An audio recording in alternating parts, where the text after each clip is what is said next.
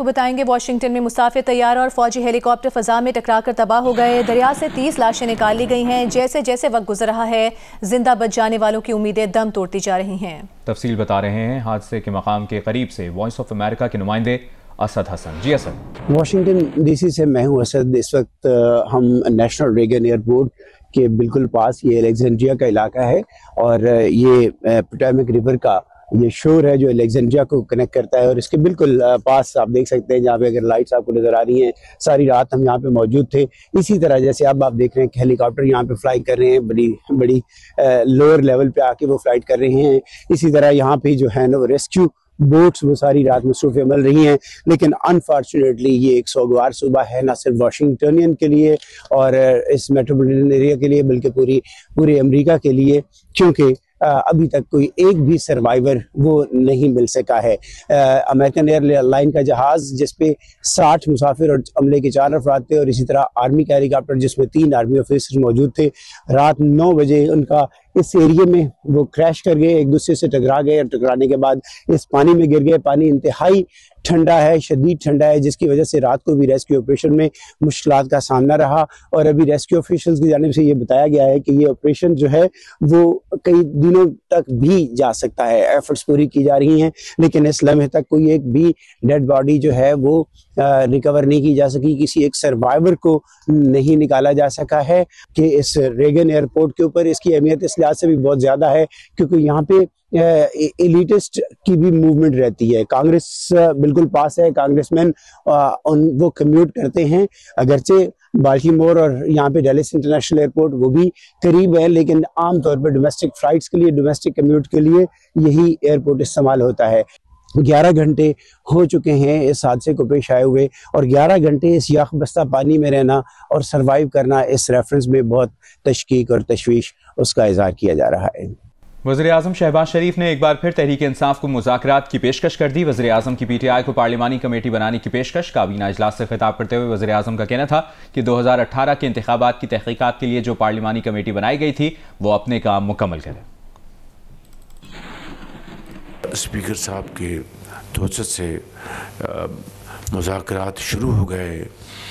उन्होंने हम कमेटी ने डिमांड किया कि आप लिख कर दें, उन्होंने लिख कर दिया। हमारी कमेटी ने फिर कहा कि हम भी आपको लिख कर जवाब देंगे और अभी मीटिंग 28 तारीख को होनी थी इसी माह की।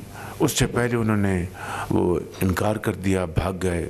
हमारे मेंबर्स ने उनको कहा कि भाई आपने लिखकर हमें डिमांड दी हैं, हम भी आपको लिखकर जवाब देने के लिए तैयार हैं, आप तशरीफ़ लाएं और उसमें हम आपको बाकायदा आपसे बात करेंगे। मैं समझता हूँ कि अपने गरेबान में झांकें कि इन्होंने 2018 में वो हाउस कमेटी बनी थी, वो कोई जुडिशल कमीशन नहीं बना था। इन्होंने हाउस कमेटी ऑफ़र की, हमने उसको कबूल कर दिया, जिसकी मीटिंग कभी नहीं हुई एक आध मीटिंग के अलावा।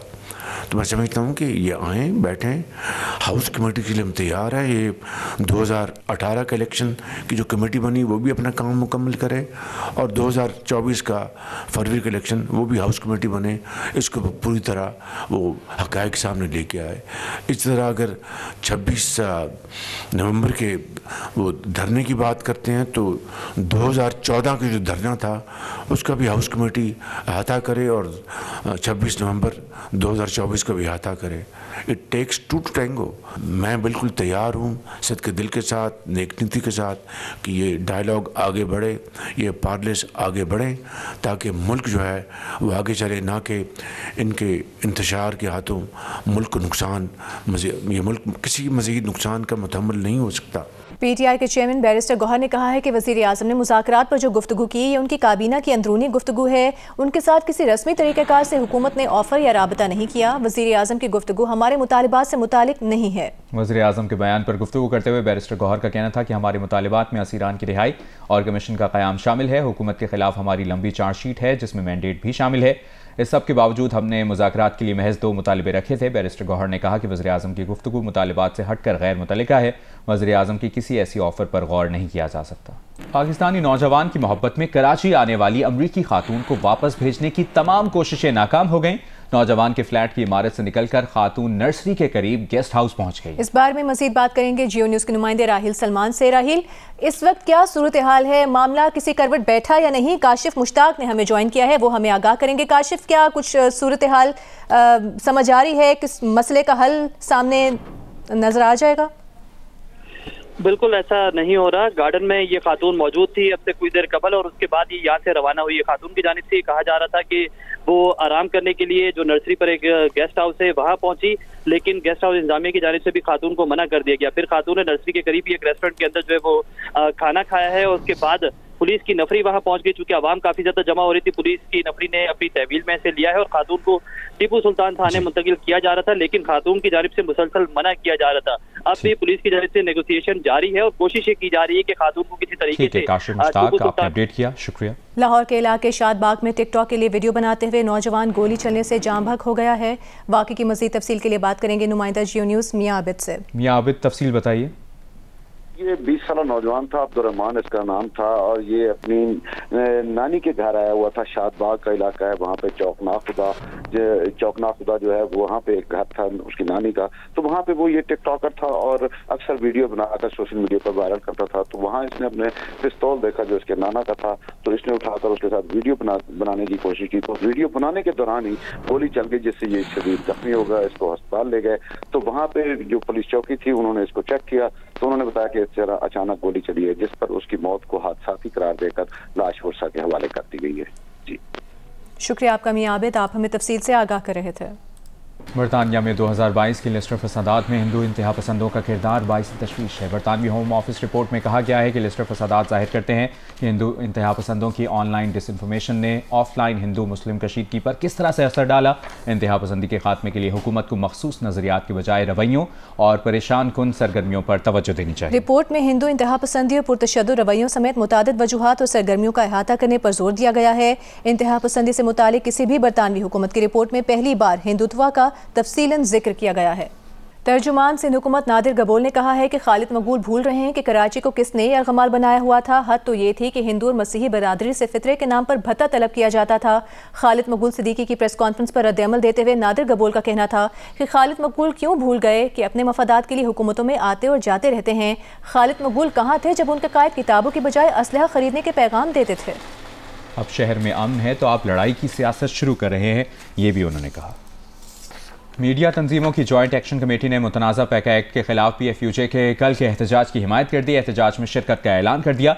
जॉइंट एक्शन कमेटी में शामिल PBA, एमेंट, CPNE और APNS ने कहा है कि हुकूमत की जानिब से मुशावरत की यकीन दहानियों के बावजूद सहाफ़ी तंजीमों और स्टेक होल्डर्स को सुने बगैर पहले कौमी असम्बली और फिर सैनेट से इंतहाई जल्दी में बिल मंजूर करवाया गया, जो हुकूमती अज़ाइम और बदनीयती का वाज़ेह सबूत है। जॉइंट एक्शन कमेटी इस तरमीमी बिल को यकसर मुस्तरद करती है और इसके खिलाफ भरपूर अवामी और कानूनी जदोजहद की जाएगी। सिविल सोसाइटी, इंसानी हकूक की तंजीमों, वकला तंजीमों और दीगर स्टेक होल्डर्स के साथ राबते शुरू कर दिए गए हैं। पैका एक्ट तरमीमी बिल को अदालत में चैलेंज करने के लिए कानूनी माहिरीन से मुशावरत को हतमी शक्ल दी जा रही है। जॉइंट एक्शन कमेटी में शामिल तमाम सहाफ़ती तंजीमें PFUJ के मुल्कगीर एहतजाज में भरपूर शिरकत करेंगी। अभी आपको बताएंगे ICC चैंपियंस ट्रॉफी लाहौर पहुंचा दी गई है। ट्रॉफी को मुल्क के मुख्तलिफ शहरों में ले जाया जाएगा। तफसील जानते हैं सुहेल इमरान से। जी सुहेल, बताइए।